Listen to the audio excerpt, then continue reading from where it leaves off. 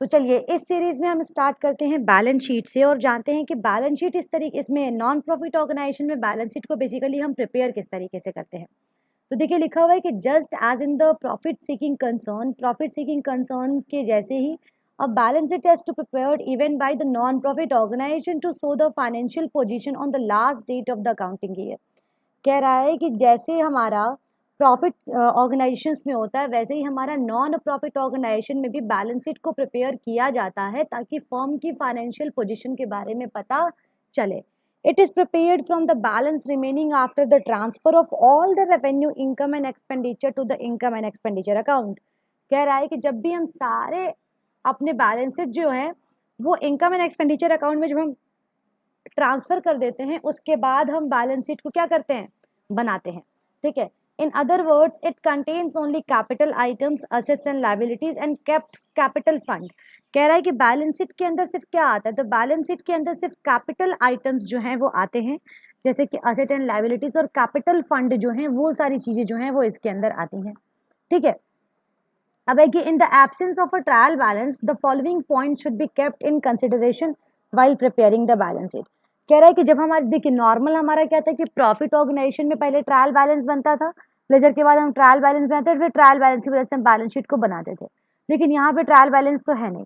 तो कह रहे हैं कि जब ट्रायल बैलेंस हमारे पास ना रहे तो हमें कुछ चीज़ों का बहुत इंपॉर्टेंटली ध्यान रखना होता है। अब वो कुछ चीज़ें क्या हैं जिसका हमको ध्यान रखना होता है, तो सबसे पहले बात कर रहा है असेट की। असेट के अंदर क्या क्या चीज़ें हैं, तो fix asset appearing in the previous year balance sheet also known as the opening balance sheet should be adjusted for asset purchased, sold and depreciation during the year। Simple सी बात है, जो हम पुराना काम भी करते थे कि जो भी हमारे असेट थे पहले हम उसको एडजस्ट कर लेते थे कि उसमें से कितना बिका उसको माइनस कर लेते थे, डेप्रिसिएशन की वैल्यू माइनस कर लेते थे और अगर नया आता था तो उसको हम जोड़ लेते थे। Only the adjusted amount will appear in the closing balance sheet. जो हम लोग नया बैलेंस शीट बनाएंगे उसमें सिर्फ एडजस्टेड अमाउंट ही रहेगा, सेम ओपनिंग बैलेंस शीट का उठा के जो स्टार्टिंग में बैलेंस शीट था पिछले साल का वो हम उठा के इस साल भी नहीं छापेंगे। ठीक है, अब जो the adjustment in the fix asset will made as under. कह रहे हैं कि जो फिक्स असेट में जो भी एडजस्टमेंट होगा वो किस हिसाब से होगा, किस रूल्स एंड रेगुलेशंस के अकॉर्डिंग होगा, सबसे पहले हम उसकी बात करते हैं। तो देखिए कह रहा है कि if the some new asset has been purchase during the year, अगर उस साल अगर किसी प्रकार का कोई नया असेट परचेज किया गया है, the payment of such asset should must have been shown on the credit side of the receipt and payment account। तो उसका पेमेंट कहाँ दिखाना पड़ेगा हमको, रिसीट एंड पेमेंट अकाउंट में दिखाना पड़ेगा। such asset must be added to the previous year asset and shown on the asset side of the current year balance account। ऐसे असेट को कहाँ में ऐड करना पड़ेगा, प्रीवियस ईयर के असेट में ऐड करना पड़ेगा और करंट ईयर के बैलेंस शीट में हमको शो करना पड़ेगा। अगर हमने क्या कर रखा है, उसको परचेज कर रखा हो। अगर आपने मान लीजिए इस साल कोई असेट परचेज किया तो सबसे पहले आप रिसीट एंड पेमेंट अकाउंट में जाएंगे, वहां पे पेमेंट करेंगे असेट का, फिर उसके बाद से आप क्या करेंगे, सीधे बैलेंस शीट में लेके आएंगे और उसको असेट साइड में आप क्या करेंगी, जोड़ देंगी। पिछले साल जो असेट था उसमें क्या करेंगे, इस साल जो नया असेट खरीदी है आप उसको जोड़ के लेके आएंगी। ठीक है, चलिए इसके बाद कह रहा है कि if some asset has been sold during the year, अगर इस साल किसी प्रकार का असेट बचा है तो सबसे पहले वो रिसीट एंड पेमेंट के डेबिट साइड में जाएगा, डेबिट व्हाट कम्स इन, पैसा आएगा। उसके बाद से बैलेंस शीट में आके असेट की वैल्यू से डिडक्ट हो जाएगा, माइनस कर देंगे हम लोग, काम खत्म। चलिए आगे चलते हैं। आगे हमारा कि अगर किसी प्रकार का डेप्रिसिएशन हमने प्रोवाइड किया है तो हमें उसको डिडक्ट करना पड़ेगा असेट की वैल्यू से। ठीक है, सेकेंड है आपका प्रीपेड एक्सपेंसेस। ठीक है, प्रीपेड एक्सपेंसेस हो गए, चाहे अक्रूड इनकम हो गया या फिर इन्वेस्टमेंट हो गया। प्रीपेड एक्सपेंस आप समझ रहे हैं क्या होता है, प्रीपेड एक्सपेंस का मतलब होता है, मान लीजिए आप दुकान पे गए, दुकान पे आपने 100 रुपए का सामान खरीदा। ठीक है, तो आपको पेमेंट कितना करना था, 100 रुपए ही खरीदना करना था, लेकिन आपने 150 कर दिया, बोला कि भैया आप रख लीजिए, 50 रुपये जो है हम आके आपसे फ्यूचर में कभी सामान खरीद के लेके जाएंगे, तो वो आपका प्रीपेड एक्सपेंस हो गया। ठीक है, तो प्रीपेड एक्सपेंस जो होता है वो भी हमारा असेट साइड में ही दिखाया जाता है। इसके बाद आता है हमारा अक्रूड इनकम। अक्रूड इनकम होता है अनअर्न्ड, मतलब कि आपने अर्न कर लिया, बेसिकली वो इनकम होते हैं जो आपके इकट्ठा होकर कहीं रखे हुए हैं, अभी आपको मिले नहीं है। और किसी प्रकार का इन्वेस्टमेंट वो भी आपके असेट साइड में ही डिनोट किया जाता है। इसके बाद बात करते हैं हम the closing balance of cash and bank as shown by the receipt and payment account should be shown on the asset side.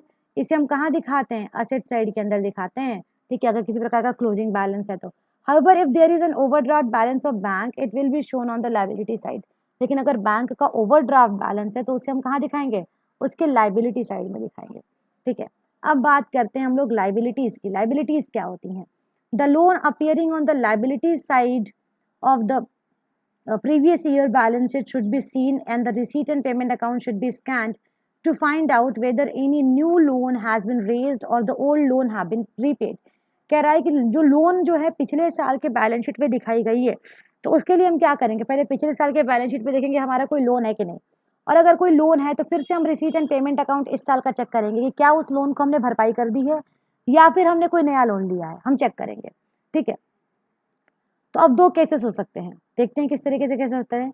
If any new loan has been raised, क्या अगर कोई नया लोन अगर आपने लिया है तो it will be found on the debit side of the receipt and payment account. Loan लिया है तो पैसा आएगा, पैसा आएगा तो cash receipt and payment account की साइड में कैश आएगा, रिसीट वाले साइड में कैश आएगा। It should also be shown on the liability side, और वो कैश किसकी वजह से आए, लोन की वजह से, तो लाइबिलिटी बढ़ेगी, तो बैलेंस शीट की लाइबिलिटी के अंदर भी दिखाना पड़ेगा। अगर देखते हैं, if there is a special receipt like donation for building, it will be shown on the liability side।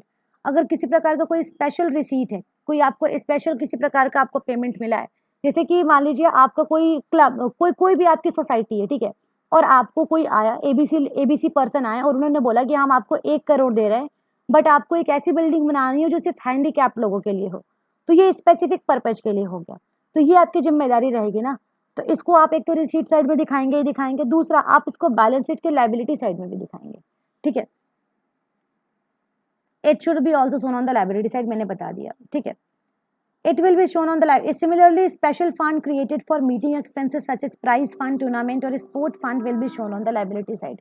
या फिर किसी प्रकार का आपने कोई फंड क्रिएट किया है जो सिर्फ उसी पर्पज के लिए किया है, उसके अलावा आप इसको कहीं और यूज नहीं करेंगे, तो वो सारा का सारा फंड जो है वो भी हमारा किस साइड में यूज होगा, किस साइड में दिखाया जाएगा, लाइबिलिटी साइड में दिखाया जाएगा।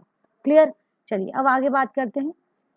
आगे हमारा कि outstanding expenses and the income received for next year. कह रहा अगर किसी प्रकार का खर्चा जो बाकी रह गया, आउटस्टैंडिंग एक्सपेंसेस, तो ये किधर जाएगा, लाइबिलिटी साइड में जाएगा। एंड इनकम, और अगर किसी प्रकार का इनकम जो आपने अभी से रिसीव कर रखा है लेकिन वो नेक्स्ट ईयर के लिए है, अभी आपका नहीं है इनकम, वो अनअर्न्ड इनकम, मतलब मान लीजिए कि आपने मुझे पहले से ही पेमेंट करके रखा हुआ है कि मैम लीजिए नेक्स्ट ईयर भी आप हमको पढ़ाइएगा, तो वो आपका जो वो मेरा income receive for next year है, वो मेरा अनअर्न्ड इनकम है। ठीक है, ये भी जो है मेरी लाइबिलिटी हो गई ना कि हाँ हमको पढ़ाना पड़ेगा, तो वो भी जो है आपकी लाइबिलिटी साइड के अंदर आएगा। बात समझ में आ रहा है। इसके बाद बोला है कि any excess of asset over liabilities in case of a non profit seeking organisation is capital fund. कह रहा है कि जब भी असेट लाइबिलिटी से बड़ा होता है तो वहां पे कैपिटल फंड जनरेट हो जाता है। ठीक है, it occupies the same position which the capital account occupies in case of profit seeking entities। Capital fund बिल्कुल सेम कैपिटल अकाउंट की तरह होता है, बस डिफरेंस ये होता है कि capital fund non profit organisation में बनता है और कैपिटल अकाउंट्स कहाँ बनता है, प्रॉफिट ऑर्गेनाइजेशन में बनता है। ठीक है, first of all opening capital fund is calculated by deducting the opening liabilities from the opening asset and then the current year surplus as shown by the income and expenditure account. सबसे पहले हम opening capital fund निकालते हैं, और opening capital fund निकालने के लिए क्या करेंगे, हम लोग स्टार्टिंग की लाइबिलिटीज को क्या करेंगे, माइनस कर देंगे। ठीक है, असेट से जो एकदम स्टार्टिंग में 1 अप्रैल 2011 को जो लाइबिलिटीज होंगी और जो असेट होंगे माइनस करेंगे तो हमें वहाँ पे ओपनिंग कैपिटल फंड निकल जाएगा। ठीक है, और उसमें क्या करना है हमको, इस साल का इनकम एंड एक्सपेंडिचर का जो भी सरप्लस वगैरह हुआ है उसको हम ऐड कर देंगे, या फिर अगर डेफिसिट हुआ है तो माइनस कर देंगे, तो वहाँ पे हमारा कैपिटल फंड का अमाउंट निकल के आ जाएगा। ठीक है, मतलब कि अगर हमको कैपिटल फंड का अमाउंट अगर हमको जानना है, ठीक है, तो सबसे पहले स्टार्टिंग का जो कैपिटल फंड का अमाउंट था, अगर वो भी नहीं है तो एकदम स्टार्टिंग में, साल के एकदम स्टार्टिंग में जो एसेट और लायबिलिटीज दोनों को माइनस करेंगे तो ओपनिंग कैपिटल फंड आएगा। और ओपनिंग कैपिटल फंड के बीच में इनकम एंड एक्सपेंडिचर में अगर सरप्लस या डेफिसिट आया तो उसको एडजस्ट कर देंगे, तो वहां पे हमारा इस साल का करंट कैपिटल फंड आ जाएगा। ठीक है, तो ये रहा हमारा बैलेंस शीट तक का वीडियो। इसके बाद मिलेंगे नेक्स्ट लेक्चर में। बस तब तक के लिए थैंक यू सो मच।